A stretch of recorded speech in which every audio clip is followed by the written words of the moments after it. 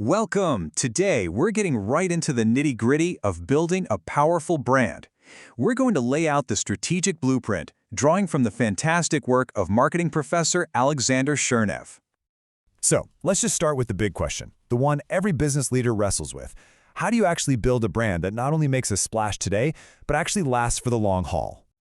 All right, here's our game plan. We're going to build this blueprint in 5 key steps. We'll start with the absolute core of a brand, look at the tools you have to build it, talk strategy for your portfolio, then partnerships, and finally, how you keep it alive and kicking over time. Okay, first things first. Every single strong brand, I don't care what industry you're in, is built on 2 pillars. And really getting the difference between these two, well, that's the foundation for everything else. This is so important. You have to separate what you own from what you link to. Your identifiers, your name, your logo, those are yours. You control them completely. But the associations? Those are ideas that already exist out in the world, things like luxury, safety, or innovation. Your job is to build a bridge from your identifiers to those powerful concepts. BMW is a perfect case study for this. Think about it. They own the name, the iconic blue and white logo, that motto, and, of course, that unmistakable grille design. But what makes BMW BMW? It's that they've successfully linked all those things to ideas like performance, luxury, and that reputation for German engineering. They don't own the idea of performance, but they've made you think of it every time you see their logo. That's strategy. So how do you actually build that identity? Well, let's open up the toolbox and look at the key levers you can pull to make your brand stand out and stick in people's minds.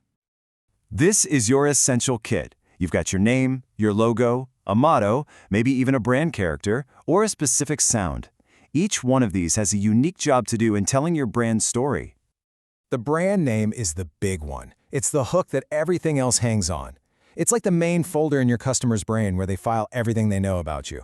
And here's a pro tip. How you choose that name has huge legal and strategic implications.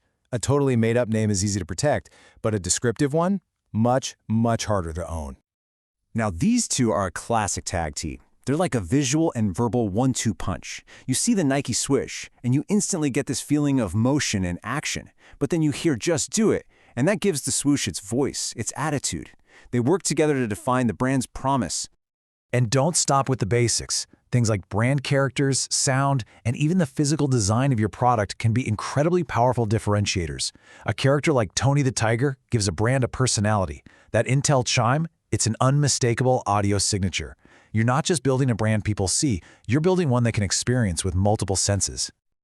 Okay, so your company starts to grow. You have more than one product. Now you face a huge architectural choice. How do you structure all your offerings? This isn't a small decision. It affects your budget, your risk, everything.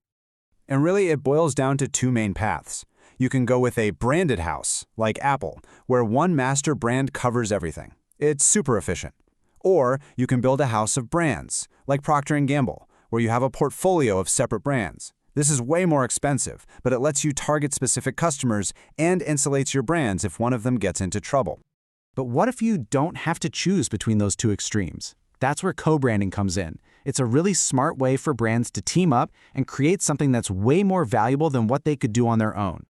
And you can do this in 2 ways. You can do it internally, where a master brand endorses a smaller one, like Courtyard by Marriott. That by Marriott part lends a ton of credibility. Or you can look outside your own company and partner with a totally different brand, where you team up as equals to create something new. These external partnerships can come in all sorts of flavors. You've got product collabs like the Apple Watch Nike Plus. You have ingredient branding like Intel Inside or Gore-Tex. You can even partner with a certification body or a social cause. The goal is always the same: borrow credibility and create a stronger offering together. Okay, so you've built your brand. Your work is done, right? Of course not. A brand blueprint is a living document. Markets change, customers change, and your brand has to evolve with them. Let's look at the 3 main ways you can manage that evolution. The most common way brands evolve is through extension.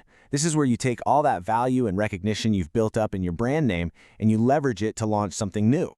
Now, you can stretch your brand in 2 directions. You can go vertically, either upscale, which is incredibly risky, or downscale, where you risk cheapening your core brand. Or you can stretch horizontally into a totally new category at a similar price point, like a fashion brand opening hotels.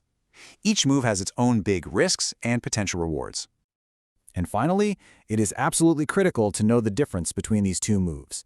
Repositioning is a total strategic overhaul. You're changing what the brand fundamentally means, like what Old Spice did.